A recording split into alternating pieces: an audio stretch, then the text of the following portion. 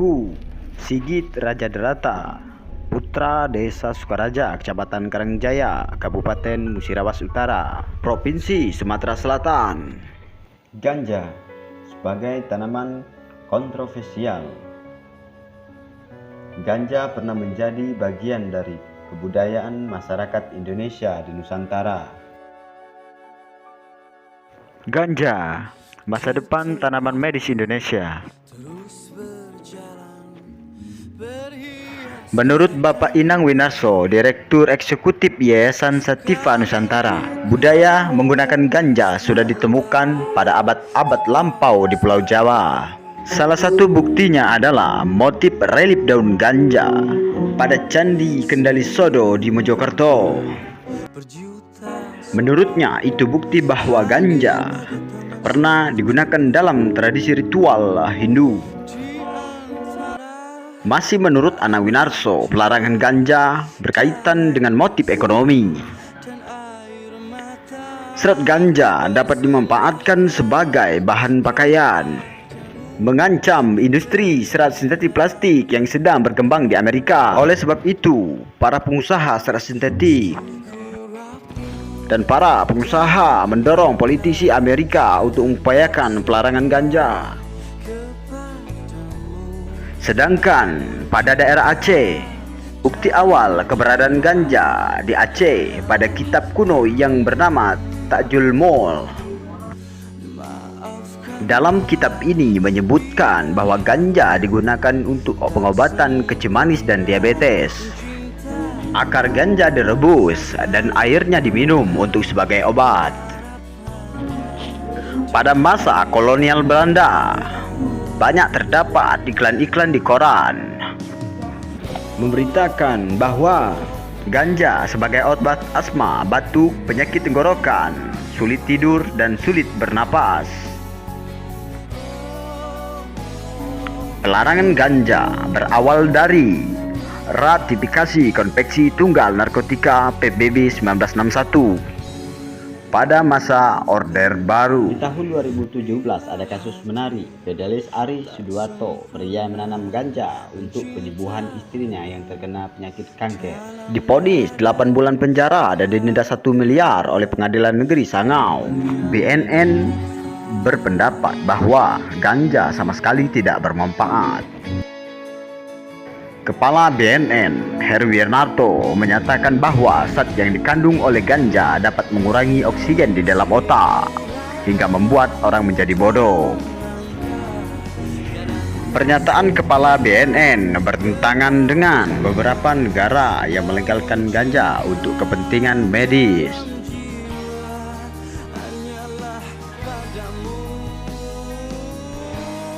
Di Amerika Serikat, ganja legal di beberapa negara bagian. Kanada dan Uruguay bahkan telah melegalkan penggunaan ganja untuk rekreasi. WHO juga mengusulkan penggolongan ulang terhadap ganja di dalam hukum internasional. Herbal Medical Product Platform Australia, jaringan ilmiah obat-obatan herbal di Swedia, menobatkan ganja sebagai tanaman obat 2018 terkait manfaat ganja dalam pengobatan kanker, meredakan nyeri, relaksasi otot, dan banyak manfaat kesehatan lainnya. Menurut Perdana Menteri Kanada Justin Trudeau, undang-undang yang mengkriminalisasi pemakaian ganja tidak efektif.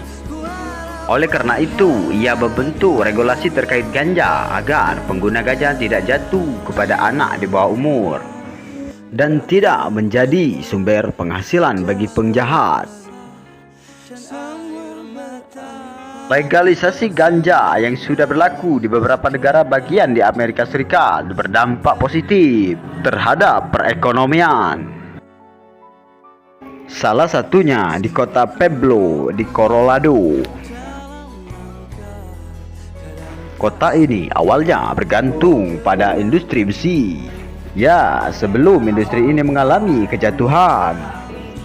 Bahkan kota ini telah melewati masa dengan tingkat pengangguran yang tinggi. Pasca legalisasi ganja di kota ini mampu meraup keuntungan dari bea cukai ganja hingga memberikan ke beasiswa senilai $420.000 dibagi 210 siswa dari keuntungan tersebut. Negara Amerika Serikat menjadi tempat bermunculnya perusahaan-perusahaan startup yang bergerak di distribusi ganja. Bahkan perusahaan besar Microsoft menjalin kerjasama dengan startup penjualan ganja legal bernama Kang Selucen untuk membantu distributor ganja menemukan konsumen, sekaligus membantu pemerintahan agar peredaran ganja berjalan sesuai hukum. Indonesia sendiri, anggota dewan dari fraksi PKS Rapi baru-baru ini menyampaikan usulan kontroversi terkait masa depan marijuana di Indonesia. Ia mengusulkan ganja dilegalisasi untuk jadi komoditas ekspor bahan baku medis. Namun usulan ini bukan tidak menjadi kontroversi. Anggota Dewan fraksi PPP Ahmad Badawi menentang usulan tersebut. Ganja dianggap sebagai barang yang memabukkan dan bertentangan dengan nilai yang dianut oleh di Indonesia. Namun, menurut Ketua Majelis Permusyawaratan Ulama MPU Aceh, Faisal Ali mengatakan, di dalam agama ganja itu tidak haram, tetapi tergantung pada penggunanya. Ide soal pelegalan ganja itu kembali kepada pemerintahan, tetapi agama kalau untuk obat-obatan dan kesehatan ganja itu boleh, tetapi diharamkan dalam MPU Aceh karena ganja itu digunakan untuk mabuk-mabukan. Di situs resmi Lingkaran Ganja Nusantara ig.co.id, legalitas ganja justru akan mengurangi hal-hal negatif terkait dengan peredaran ganja karena pemerintah menetapkan regulasi seperti alkohol dan tembakau. Dengan legalisasi pengguna ganja tidak harus bersinggungan dengan jaringan peredaran obat-obatan ilegal hingga dapat mengurangi hal-hal terkait kriminalitas.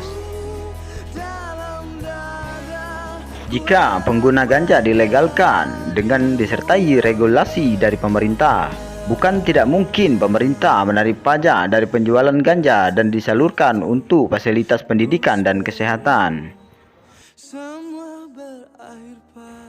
Apakah sudah saatnya masyarakat berpikir kembali terkait manfaat ganja bagi kesehatan dan perekonomian di Indonesia, khususnya daerah yang kubanggakan, khususnya di Muratara, Desa Sukaraja, Kecamatan Karangjaya. Pesan Bob Marley melarang marijuana dan menyebutnya melawan hukum sama saja dengan mengatakan Tuhan membuat kesalahan. Bob Marley.